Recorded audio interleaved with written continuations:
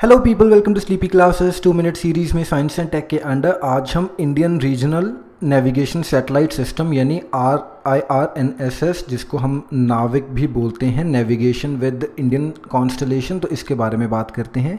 जैसे आप सभी को मालूम होगा कि सभी नेशंस ने अपने अलग अलग जो पोजिशनिंग सिस्टम्स हैं वो बनाए हुए हैं। जैसे GPS जो हम वाइडली यूज़ कर रहे हैं वर्ल्ड ओवर, वो USA का सिस्टम है।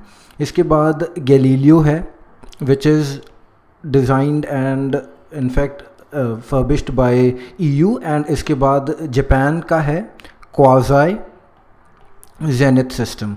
तो ये सिस्टम कोलैबोरेशन में ही काम कर रहा है GPS के, तो US एंड जापान का ये कोलैब है। इसके बाद इंडिया का जैसे नाविक हमने पढ़ा, एंड फाइनली जो चाइना है उसका है बेडो, एंड फाइनली जो रशिया है उनका है ग्लोनास।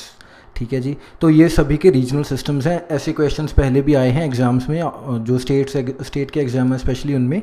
तो हम आज नाविक के बारे में पढ़ते हैं। तो ये सेट ऑफ सैटेलाइट्स हैं जो कि इंडिया को रीजनल पोजिशनिंग सिस्टम बनाकर देगा सिमिलर टू GPS, एंड इसमें geostationary as well as geosynchronous satellites हैं। बेसिकली 3 जियो स्टेशनरी हैं एंड 4 जियो सिंक्रोनस सैटेलाइट्स हैं। तो ये 7 सैटेलाइट्स का एक स्पेस सेगमेंट है।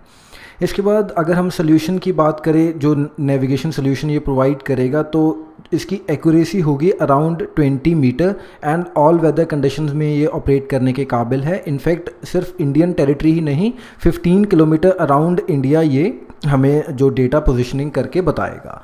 And highly stable rubidium atomic frequency standards are used on board for generation of navigation signals. तो जो पिन पॉइंट एक्यूरेसी अचीव करने के लिए at least in the time frame, तो वो हमने कैसे इंश्योर की है, यानी जो इसमें क्लॉक्स इंस्टॉल्ड हैं वो कौन से हैं, they are rubidium atomic clocks.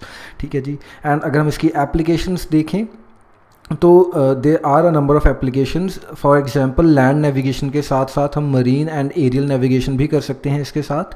Moreover जो इसका डेटा है वो हम व्हीकल ड्राइवर्स को दे सकते हैं for visual and voice navigation assistance. तो ये फ्यूचर में जो हमारी अगर ड्राइवरलेस कार्स कभी आएंगी तो उनके लिए भी हेल्पफुल रहेगा। इसके बाद डिज़ास्टर मैनेजमेंट के साथ साथ integration of mobile phones, vehicle tracking and fleet management, precise timing, mapping and geodetic data capture. तो सभी जो लैंड मैपिंग से रिलेटेड चीज़ें हैं वो हमें प्रोवाइड करेगा। इनफैक्ट लैंड ही नहीं, सिर्फ मरीन एंड एरियल नेविगेशन के लिए भी ये हेल्पफुल रहेगा।